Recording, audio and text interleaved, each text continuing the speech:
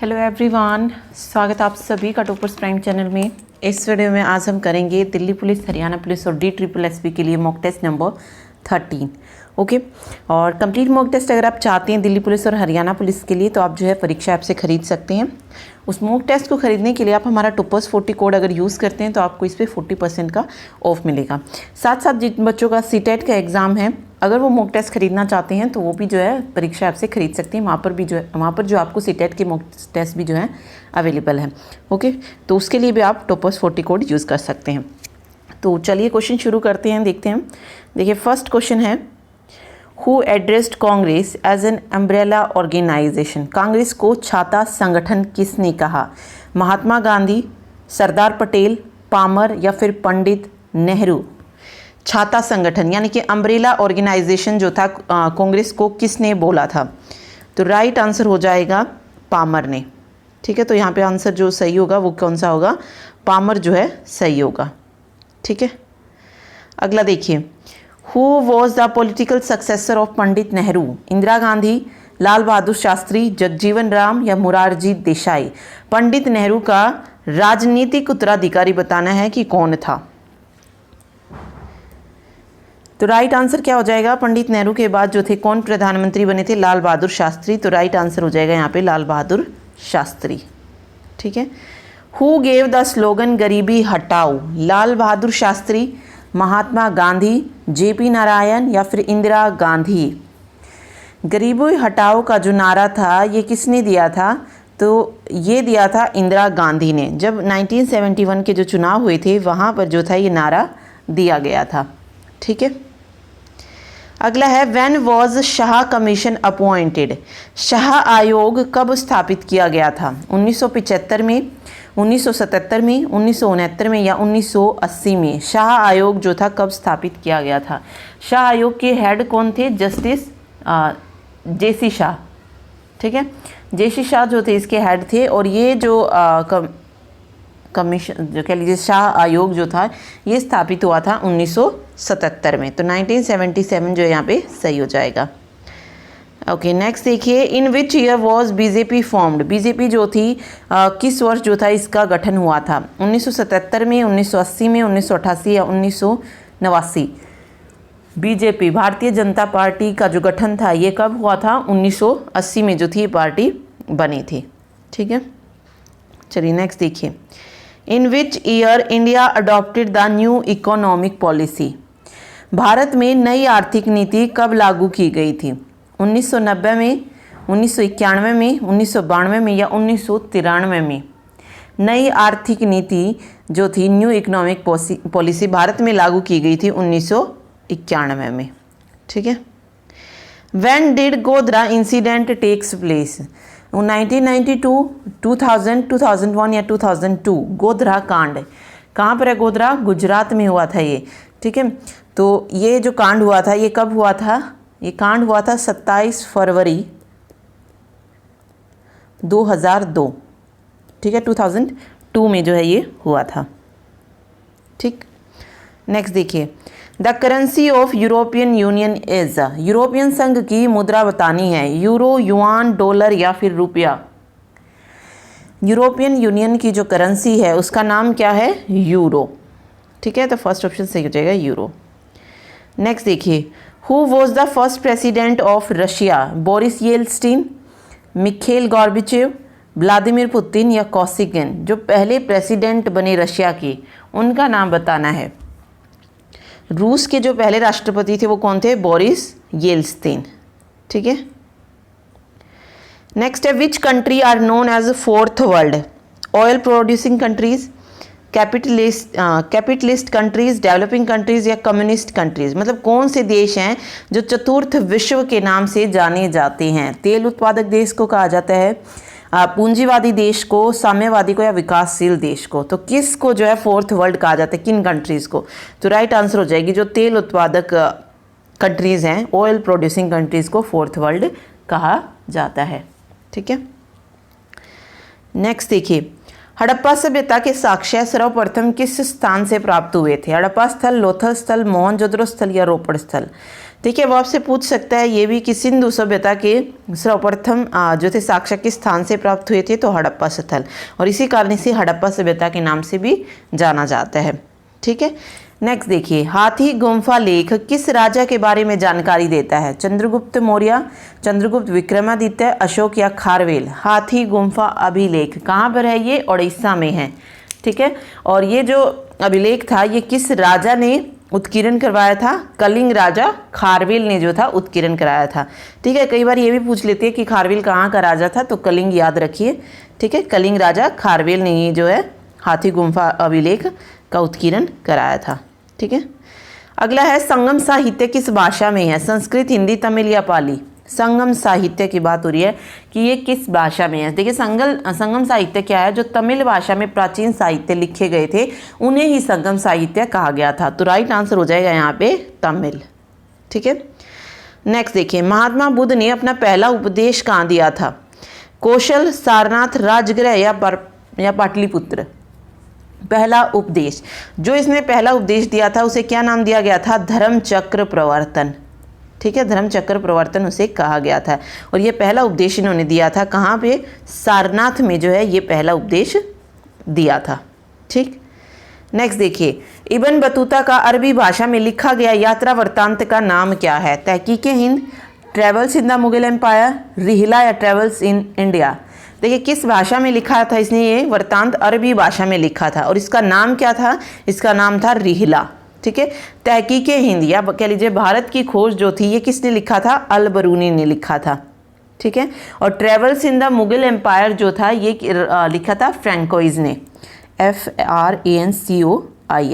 ठीक, तो ये भी आपको पता होनी चाहिए।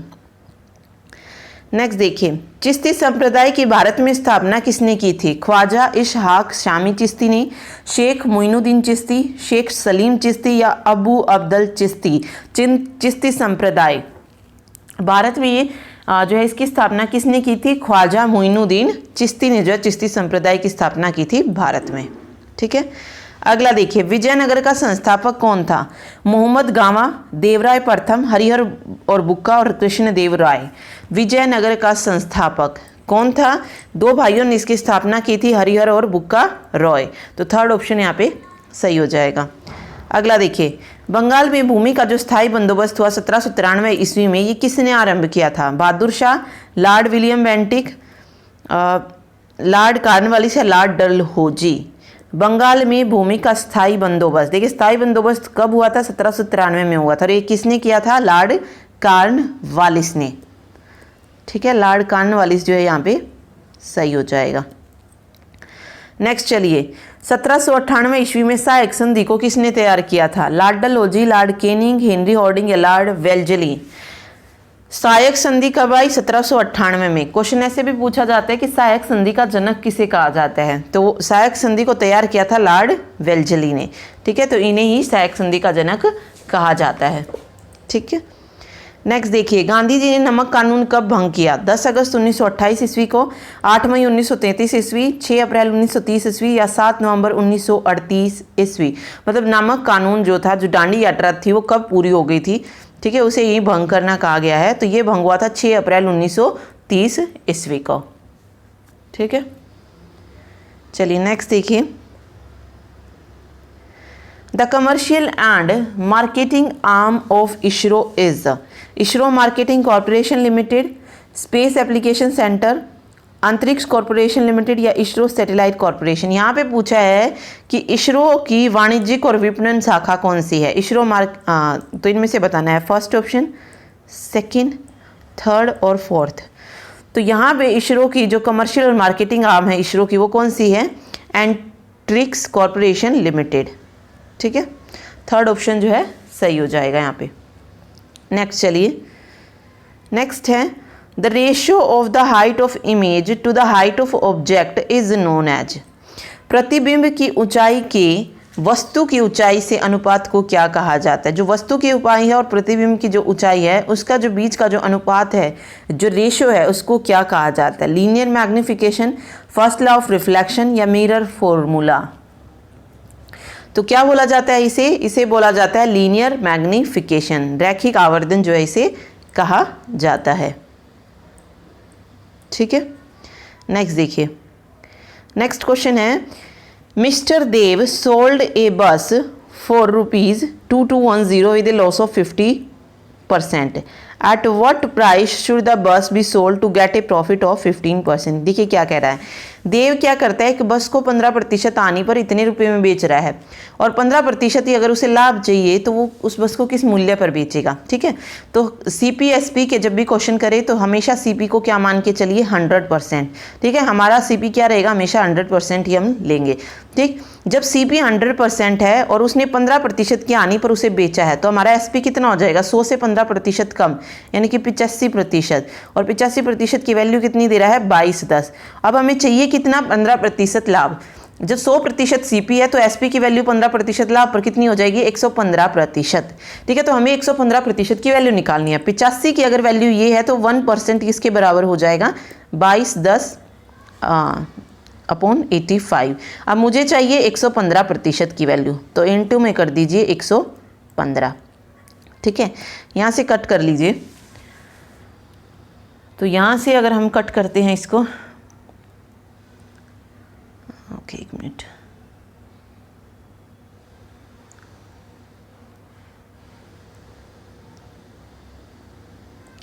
तो 5 से कट कर लेते हैं। ये 17 पे जाएगा, 5 के 5 7 35 और ये 5 दूनी 10 और 5 दिए 15। फिर ये 17 से कट होगा 130 पे।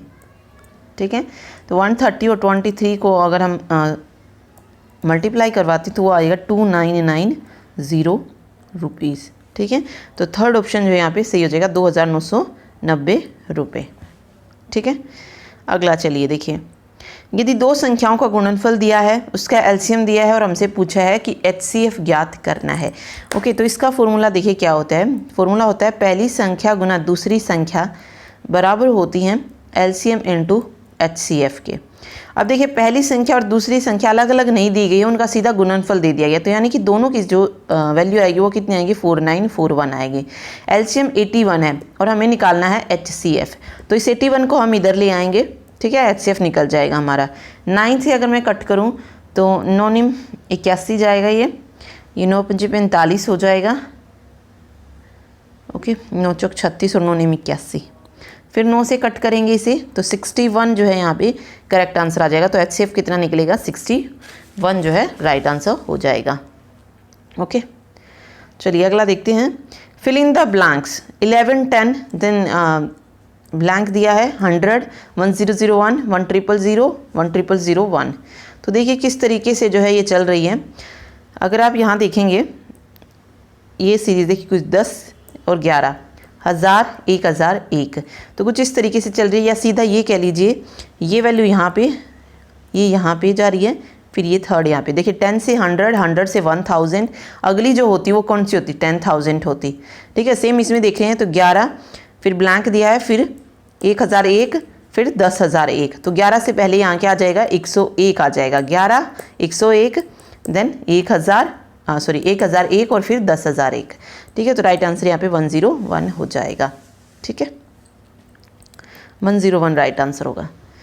नेक्स्ट देखिए, कैडेवर रेफर्स टू, कैडेवर जो है किसे कहा जाता है, a live human being used for trial, परीक्षण में इस्तेमाल होने वाले जीवित मानव को कहते हैं। या फिर a dead human body used for anatomy, शरीर रचना विज्ञान के लिए इस्तेमाल होने वाले मृत मानव शरीर को। ए क्लिनिकली अलाइव ह्यूमन बीइंग को, या रिस्ट्रक्टेड ह्यूमन बॉडी को, पुनर्जीवित मानव शरीर को। तो कैडवर किसे कहा जाता है, कैडवर रेफर्स टू, कैडवर बताना है कि इनमें से क्या है। तो कैडवर की अगर हम बात करें तो कैडवर होता है एक डेड ह्यूमन बॉडी जिसका यूज़ किया जाता है फॉर एनाटॉमी, शरीर रचना विज्ञान के लिए इस्तेमाल होने वाले मृत मानव शरीर को क्या कहा जाता है, कैडवर कहा जाता है। ठीक है, अगला देखिए, Python is an operating system, an application program, programming language या कंपाइलर। पाइथन क्या है, क्या कोई ऑपरेटिंग सिस्टम है, एप्लीकेशन प्रोग्राम है, प्रोग्रामिंग लैंग्वेज है या कंपाइलर है। तो पाइथन क्या है, एक प्रोग्रामिंग लैंग्वेज है, तो ये प्रोग्रामिंग लैंग्वेज जो है यहाँ पे राइट आंसर हो जाएगा। ठीक है, नेक्स्ट चलिए, with reference to computing an applet is, मतलब कंप्यूटर के संदर्भ में अगर हम कंप्यूटर में देखें तो एप्लेट क्या होती है, कंप्यूटर वायरस होता है, फायरवॉल होता है, जावा एप्लीकेशन होती है या कुकी होती है। एप्लेट क्या है, एप्लेट ना तो कोई कंप्यूटर वायरस है, ना ही कोई फायरवॉल है और ना ही कुकी है। एप्लेट क्या है? एक जावा एप्लीकेशन है। ठीक है, जावा में जो है एप्लेट यूज़ किए जाते हैं, जावा एप्लेट जिन्हें बोलते हैं हम। ठीक है, तो एक जावा एप्लीकेशन है ये। नेक्स्ट चलिए, which is India slowest train currently? वर्तमान समय में भारत की सबसे धीरे चलने वाली ट्रेन बतानी है कौन सी है?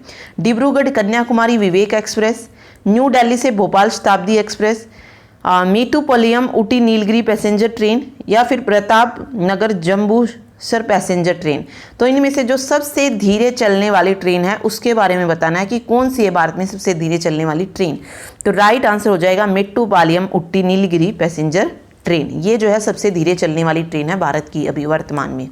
ठीक है, नेक्स्ट देखिए, the national song of India Vande Mataram was composed in which language? Bharat का जो राष्ट्रीय गीत है वंदे मातरम, ये किस भाषा में रचा गया था? संस्कृत भाषा में, पाली में, उर्दू में या हिंदी में? वंदे मातरम किस लैंग्वेज में रचा गया था? संस्कृत भाषा में ये रचा गया था। तो राइट आंसर संस्कृत हो जाएगा। ठीक है, चलिए नेक्स्ट देखते हैं। क्वेश्चन है the surface area of A sphere with radius 3.5 centimetre is. तो हमें बताना है कि 3 सेंटीमीटर त्रिज्या वाले एक गोले का पृष्ठीय क्षेत्रफल क्या होगा? गोले का पृष्ठीय क्षेत्र। ओके, अगर आपको पता है कि सरफेस एरिया ऑफ स्फीयर का फॉर्मूला क्या होता है तो आप इजीली निकाल सकते हैं। देखिए, सरफेस एरिया ऑफ जो होता है स्फीयर का वो कितना होता है? 4 pi r square, 4 pi r square होता है। 4 ऐसे कैसे? पाई की वैल्यू 22/7 लेनी है और आर की वैल्यू है 3.5, तो मैं इसको लिख लेती हूँ 35/10। ठीक है, कट कर लीजिए। 7 पंजे 35, 5 दूनी 10, 2 दूनी 4, 2 पंजे 10, 5 सत्ते 35। ठीक, तो 22 सत्ते, 7 दूनी 14, 1 7 दूनी 14, 1 15, तो 154 जो है स्फीयर का एरिया निकल जाएगा, सरफेस एरिया। तो राइट आंसर 154 हो जाएगा। ठीक है, अगला देखिए, The cash difference between the selling price of an article at a profit of 8% and 12% is ₹3. The ratio of two selling price is। एक वस्तु के 8% लाभ और 12% के लाभों के बीच का जो विक्रय मूल्य है वो कितना है? ₹3 का अंतर है। तो दोनों विक्रय मूल्यों का अनुपात बताना है हमें। ओके, हमें पता है सीपी कितना होता है? 100% होता है, 100% होता है।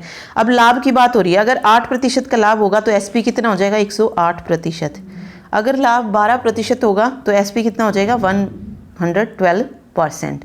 फिर कह रहा है कि इनको बेचने के जो विक्रय मूल्यों में अंतर है वो ₹3 का। अगर परसेंटेज में हम इनका डिफरेंस निकालें तो वो कितना है? 4। ठीक है, और रुपयों में अगर हम अंतर निकालते तो 3 है। तो 4% की वैल्यू हम क्या कह सकते हैं? 3 है। तो 1% की निकल जाएगी, कितनी है? 3/4। ठीक है, अब हमें इन दोनों का अंतर बताना, तो हमें 108% की वैल्यू भी चाहिए और 112% की वैल्यू भी चाहिए। तो 108% की निकालने के लिए क्या होगा? 3/4 × 108 हो जाएगा, और 112 का निकालने के लिए 3/4 × 112 हो जाएगा। तो ये रेशियो ही निकाल देंगे। ये हो जाएगा 4 दूनी 8 और 4 सत्ते 28, 27 दिया 81। ये कटेगा 4 दूनी 8 और 4 8 32। ठीक है, ये 8 हो जाएगा। फिर 3 8 24, 2 3 दूनी 6 और 2 8, 81 और 84 बन रहे हैं यहाँ पे। तो देखिए 3 दूनी 6 और 3 सत्ते 21, 3 दूनी 6, 3 8 24, तो 27 और 28 जो है इनका रेशो निकल जाएगा। तो बी ऑप्शन यहाँ पे सही होगा, 27:28। ठीक है, नेक्स्ट चलिए, आइज टीयर्स। तो बताना है थर्ड और फोर्थ में क्या आएगा। देखिए, सी वाटर, वोल्केनो लावा, हार्ट आर्टेरी या हंगर ब्रेड। आइज टीयर्स, आँख से क्या निकलते हैं? आंसू निकलते हैं। समुद्र से पानी निकलता है, वोल्केनो से लावा, हार्ट से आर्टेरी या हंगर से ब्रेड। तो कौन सा जो है इसको मैच कर रहा है? वोल्केनो से लावा, यानी कि ज्वालामुखी से लावा निकलता है। तो सेकंड ऑप्शन जो है यहाँ पे सही हो जाएगा। ठीक है, नेक्स्ट चलिए देखिए, A family consists of a grandmother, father, mother and their 4 sons with their respective wives. Further, each son has a daughter and 2 sons. How many females are there in all? इसने बोला कि एक परिवार में दादी, पिता, माँ, उनके 4 बेटे और चारों की जो है वाइफ हैं। साथ ही हर एक बेटे का एक बेटी और 2 बेटे हैं। तो कुल मिलाकर परिवार में महिलाएं पूछी हैं। तो डायरेक्टली ऐसे ही काउंट कर लेते हैं। दादी 1 होगी, उसकी माँ 2 होगी। ठीक है, फिर 4 बेटे, उनकी 4 वाइफ, तो 4 को ऐड कर दीजिए। प्रत्येक बेटे को 1 बेटी, 4 बेटे थे तो 4 ही बेटी हो जाएंगी। ठीक है, क्योंकि हर एक को 1 बेटी थी। तो टोटल महिलाएं कितनी हो जाएंगी? 4 4 8 और 2 10। तो टोटल महिलाएं कितनी हो जाएंगी? 10 जो है यहाँ पे राइट आंसर हो जाएगा। ठीक है, नेक्स्ट चलिए, the dash is the constitutional head of executive of the Indian union. Dash जो है भारतीय संघ की कार्यपालिका का संवैधानिक प्रमुख होता है। Prime minister, chief justice, chief election commissioner या प्रेसिडेंट। तो हेड ऑफ एग्जीक्यूटिव कौन होता है इंडियन यूनियन का? संवैधानिक प्रमुख होता है कार्यपालिका का राष्ट्रपति। प्रेसिडेंट जो है कार्यपालिका का संवैधानिक प्रमुख होता है। ठीक है, नेक्स्ट चलिए। नेक्स्ट है, स्वतंत्र भारत के प्रथम शिक्षा मंत्री कौन थे? रफ़ी अहमद किदवई, मौलाना अबुल कलाम आज़ाद, सर्वपल्ली राधाकृष्णन या पी.डी. टंडन। तो स्वतंत्र भारत के जो पहले शिक्षा मंत्री बने वो कौन बने थे? मौलाना अबुल कलाम आज़ाद। ठीक है। नीति आयोग अस्तित्व में आया 1 दिसंबर 2015 को, 1 जनवरी 2015, 1 फरवरी 2015 या 1 नवंबर 2015 को। नीति आयोग आया था योजना आयोग की जगह, यानी कि प्लानिंग कमीशन की जगह। ओके, और ये कब बना था? ये बना था 1 जनवरी 2015 को। तो 1 जनवरी 2015 इसका करेक्ट आंसर हो जाएगा। ठीक, नेक्स्ट देखिए, 14 निजी बैंकों का राष्ट्रीयकरण किया गया था 1968 में, 1966, 1965 या 1967। 14 निजी बैंकों का राष्ट्रीयकरण कब किया गया था? राष्ट्रीयकरण किया गया था 19 जुलाई 1969 को, 1969 में। एक मिनट,